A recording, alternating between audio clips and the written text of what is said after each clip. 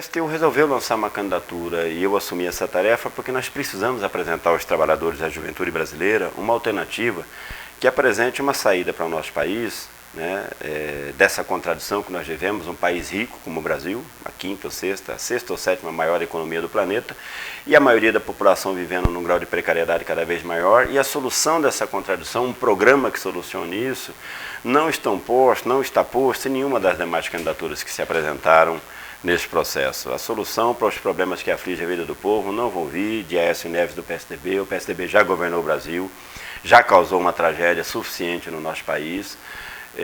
Marina, apesar de se apresentar como novo neste momento, foi também do governo do PT, tem entre o seu staff de campanha, os economistas que estão escrevendo o seu programa são do PSDB, tem reiteradamente dito que vai governar com banqueiros, com empresários, com trabalhadores, da mesma forma que o PT fez. Nós queremos apresentar uma alternativa operária socialista de mudança profunda na estrutura econômica, social e política do país, libertar o país do controle das multinacionais, dos bancos, das empreiteiras, romper, digamos assim, com essas relações que fazem com que todos os recursos que o Brasil tem, e o Brasil é um país muito rico em recursos naturais, toda a riqueza que nós produzimos com o nosso trabalho, ela acaba sendo canalizada para enriquecer meia dúzia de banqueiros, que é o sistema financeiro que controla fundamentalmente a economia do nosso país. Para isso é preciso, em primeiro lugar, romper com o pagamento da dívida externa e interna do país, que leva mais de 40% do orçamento da União todos os anos. Sem isso, não tem como reunir recursos para investir na saúde, na moradia, na educação, no transporte, né, na aposentadoria, na reforma agrária. Então, romper com o pagamento da dívida externa e interna é uma primeira necessidade. Segunda medida, estatizar o sistema financeiro. Tem que botar os bancos e o sistema sob controle do Estado, para que esse sistema sirva para financiar a produção de alimentos, a construção de moradias populares, hospitais, escolas, obras de infraestrutura como saneamento, que são necessárias para a população brasileira. Essas são mudanças na estrutura econômica do país que são necessárias para que se possa atender aquilo que o povo reclama nas greves que estão ocorrendo no país neste momento, ou nas manifestações de rua, enfim, aquilo que são as suas necessidades materiais para que haja uma vida digna. Isso é uma primeira mudança muito importante na estrutura econômica. Nós temos, por um lado, o PSDB, que já governou o Brasil. Se podia resolver, por que não resolveu? O PT, que está governando há 12 anos, não resolveu e está dizendo agora que vai resolver. Marina, que já foi parte desse processo e que está dizendo que vai atuar da mesma forma que eles. Como é que vai vir solução daí? Daí não vai vir solução. A solução vem de uma mudança mais de fundo. Por isso, justamente por ser uma mudança mais de fundo, que o PSTU diz, para além da defesa do programa, que nós precisamos de um governo da nossa classe, dos trabalhadores. É preciso corrigir o erro histórico que o PT cometeu. O PT foi construído para ser um instrumento político para a luta do povo, para mudar o Brasil. No entanto, ele optou buscar financiamento da burguesia e apoio, estabelecer acordos com os banqueiros, com o grande empresariado, para chegar no governo. Isso tirou do PT a capacidade de mudar o Brasil. Porque esse país sempre foi assim, o trabalhador sempre foi explorado, espoliado, oprimido, para favorecer os banqueiros e os grandes empresários. Junto com os banqueiros e os grandes empresários, eu não consigo mudar essa situação. Então nós defendemos um governo dos trabalhadores, sem patrões, que possa realizar essas mudanças que o Brasil precisa. É necessário um governo sem a participação do empresariado para mudar o país. Por um sistema eleitoral como nós temos no Brasil, é impossível atingir esse objetivo. Então, quando nós dissemos que é preciso a luta para mudar o país, que a eleição só não basta, nós estamos dizendo justamente por isso. Porque o grande empresariado do Brasil decide, bem antes do dia 5 de outubro, quem é que vai ganhar as eleições. Não é o povo que vota no dia 5 que está decidindo quem vai ganhar as eleições. Essa decisão é tomada pelo grande empresariado quando eles decidem, escolhem duas ou três candidaturas, que não por coincidência defendem os interesses deles, e despejam centenas de milhões de reais nessas candidaturas, com a mobilização. O povo foi para as ruas e derrubou a ditadura militar neste país, o povo foi para as ruas e derrubou o Collor, não precisou uma urna para derrubar o Collor, não precisou uma urna para derrubar a ditadura. Se o povo for para as ruas, muda essa situação. Nós conseguimos mudar o governo e criar uma situação política no país de forma que se construa outras instituições através das quais o povo possa, de fato, governar. Porque a Constituição diz que o governo é exercido pelo povo e para o povo. Mas não é pelo povo que é exercido o governo. Não é pelo povo, e muito menos é para o povo. Então, para que isso se realize de fato, nós precisamos construir um amplo processo de mobilização social que reúna a força política. Uma boa parte deles, sim. Uma boa parte deles estão completamente cooptados pelo governo, a CUT está completamente... A maioria das centrais sindicais, eu diria que a exceção da CSP Conutas, que é uma central sindical que não aceita financiamento do Estado, As outras centrais sindicais hoje dependem em grande medida de financiamento público, né? De dinheiro que vai de estatal, dinheiro que vai de ministérios. A CUT é a maior expressão disso, mas não é a única. O MST hoje depende, em grande medida, das verbas que ele recebe do INCRA, né? Então, desde esse ponto de vista, há um processo de cooptação. Qual é o problema? O Estado e os governos podem cooptar uma organização, a direção de um movimento, mas não consegue cooptar os trabalhadores. Então, o que vai ocorrer é que, provavelmente, os trabalhadores, na medida que não conseguem mais se ver representados nessas organizações, vão construir outras organizações para lutar. O processo de revolta do povo vem, com CUT, sem CUT, com essas centrais sindicais ou sem elas. Suspender o pagamento da dívida e estatizar os bancos. Controlar os recursos do país. Hoje, quem controla os recursos do país são as matrizes dos grandes fundos de investimentos e dos bancos estrangeiros. Eles controlam a maior parte das grandes empresas do Brasil, inclusive essas que foram privatizadas. Você veja que até a Petrobras tem 40 e pouco por cento das ações dela negociadas na Bolsa de Nova York. Por que a Petrobras é administrada dessa forma? Irresponsável, do jeito que está sendo administrada? Porque ela está sendo administrada para atender os interesses dos fundos de investimentos, que levam metade da rentabilidade da empresa, e não em função dos interesses do Brasil. Então, tudo hoje está em função desses fundos de investimento, tudo está em função de pagar a tal da dívida aos grandes investidores, e isso sangra todos os recursos que o Brasil precisa para poder resolver os problemas sociais que o povo brasileiro tem. Então, a primeira medida tem que ser controlar o sistema, colocar sob controle do Estado, sob controle dos trabalhadores. Essa seria uma primeira medida que um governo de trabalhadores tem que fazer nesse país. O nosso povo hoje trabalha muito a vida inteira para enriquecer meia dúzia de banqueiros. Nós somos escravos dos bancos. É isso que nós somos hoje nesse país. Isso tem que mudar. Olha, há um mito no Brasil que é o seguinte, que se nós tomarmos uma medida como essa, aí vai haver um bloqueio de investimento no Brasil pelo sistema financeiro internacional e vai haver uma catástrofe e a economia do Brasil vai afundar. Mas é mito, não mais do que isso. Então é falácia. Os governos que governam esse país sabem disso, porque ninguém ali é ignorante. Nem o PSDB e os seus quadros que estavam no governo são um bando de ignorantes, e nem o PT e os quadros que estão no governo do PT são um bando de ignorantes. Eles sabem disso. Eles mantêm essa relação por pura subserviência. Tem a ver com escolhas que são feitas. Ao buscar uma aliança com o grande empresariado e com os banqueiros, o PT se sujeitou a isso.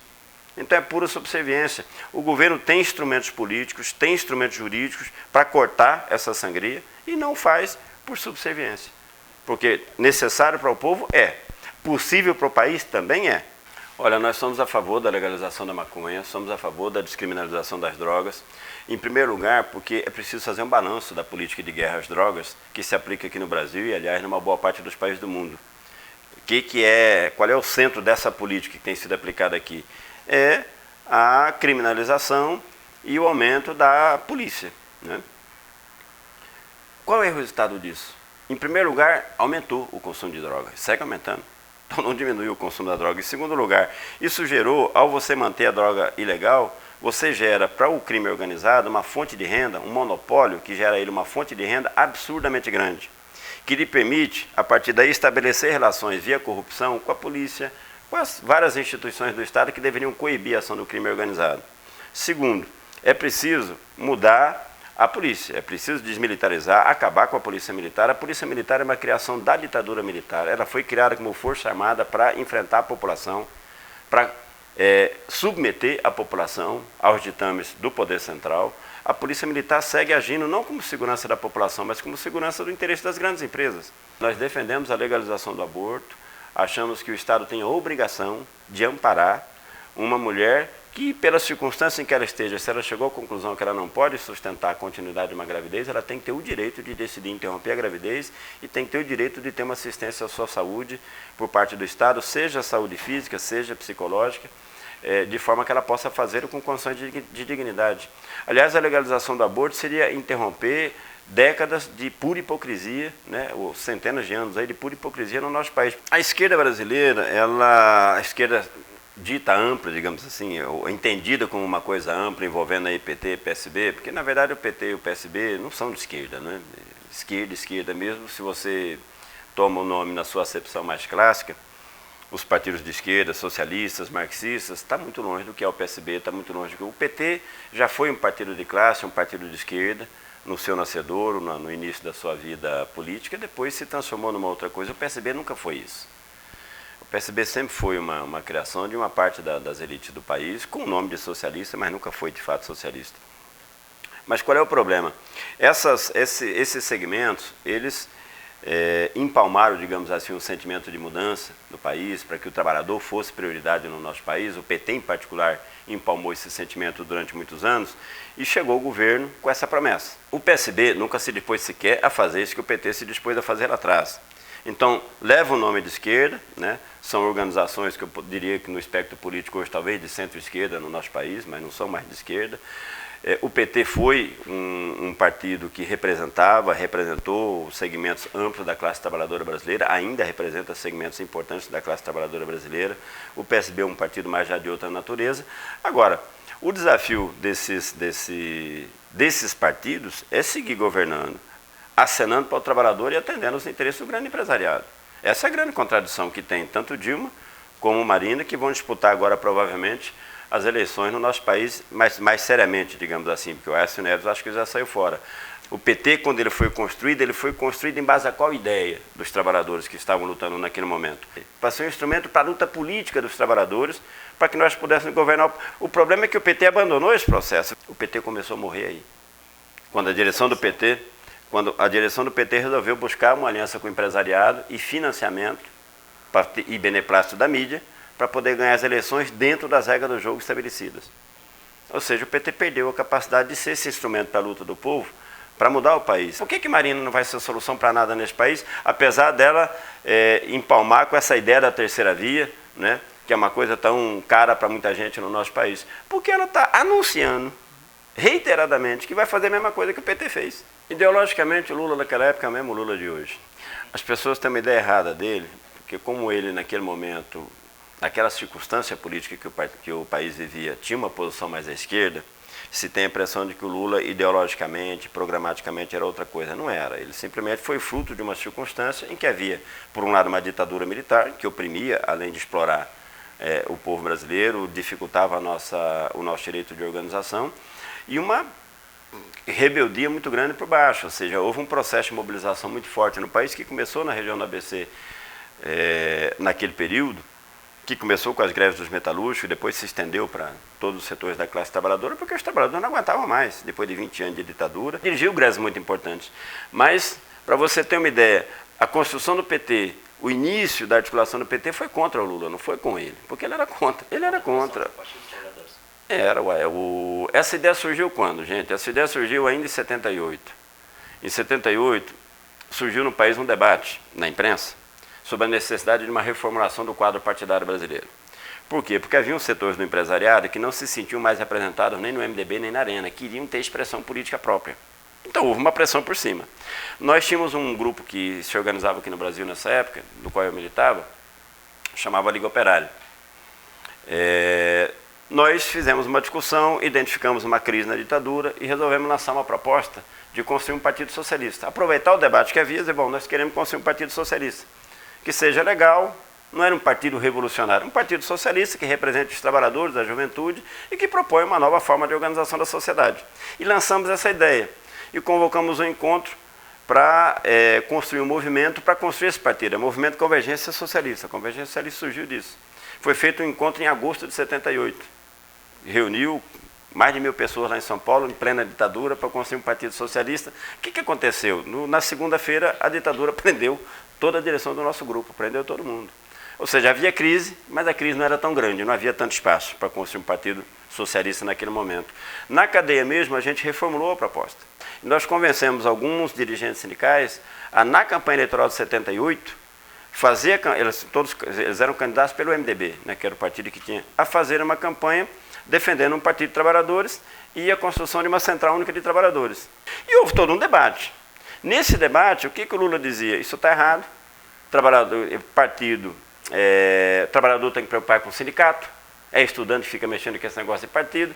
Por que ele falava isso? Porque ele era influenciado pelo irmão dele, que era o Frei Chico, que era do PCB, e o PCB naquela época era contra, o PCB foi contra construir o PT. O que o PCB dizia? Tem que manter a frente democrática no MDB.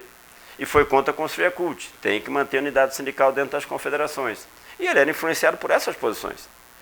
Qual foi a primeira vez que ele falou a favor do PT? Nós levamos a proposta adiante, apesar dele. Nós aprovamos em Santo André uma tese e levamos para o Congresso, propondo fundar que o Congresso chamasse a fundação de um Partido de Trabalhadores. Bom, o que aconteceu no Congresso? Quase o Congresso inteiro apoiou o chamado Constituição do PT, só quem ficou contra foi uma delegação do Sindicato de Santos, que era dirigida pelo PCB, que estava contra. Esse povo tinha consciência do que estava acontecendo.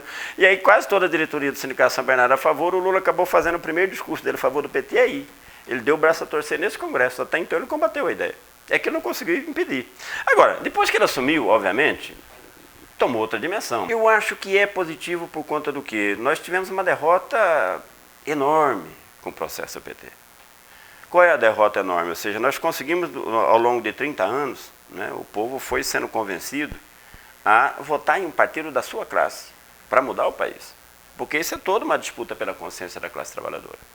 É toda uma disputa pela consciência, porque o trabalhador está educado que aqui não, quem tem que governar é o doutor, é o patrão. É o patrão que tem que mandar na sociedade. Há um problema da consciência que a gente avançou bastante com a Constituição do PT, convencendo as pessoas a votar no Lula, essa coisa toda. Bom, o Lula transformou tudo isso aí nisso que nós estamos vendo hoje, em mais um governo igual aos outros, que explora o trabalhador para poder atender os interesses dos bancos e das grandes empresas. Isso gerou uma devastação na consciência das pessoas. O prejuízo maior que o Lula causou e o PT causou aos trabalhadores desse país não foi o prejuízo econômico nos direitos, pela política econômica que o governo aplica, é a devastação na consciência, é esse atraso na consciência. O Lula, nos últimos 15 anos, 20 anos, ele vem se esmerando em convencer o trabalhador que tem que governar junto com o empresário, que não tem como ser diferente, que tem que ter paciência, que é assim mesmo. Entende? É tudo o contrário do que todos nós dizíamos quando a gente fundou o PT. Tudo o contrário. Então ele opera para levar para trás a consciência da classe trabalhadora. Então isso é uma derrota grande. Agora, eu olho por um outro ponto de vista também. A classe trabalhadora brasileira está aprendendo. Aqui se fala muito sobre voto útil, né, nas eleições no nosso país. E voto útil eu acho que é aquele voto do qual a gente não se arrepende. Nós sabemos que a ampla maioria do povo brasileiro não só se arrepende, mas eles nem se lembram em quem votou. Porque são levados a essa situação por essa sucessão de estelionatos eleitorais em que se concretiza as eleições no nosso país. Então, por que eu acho que é importante votar no PSTU, votar no Zé Maria? Porque é importante fortalecer essa luta. Qual luta? A luta por construir no nosso país as condições para que nós possamos ter um governo dos trabalhadores sem patrões que realize essas mudanças, esse programa que eu expliquei aqui a vocês nessa conversa.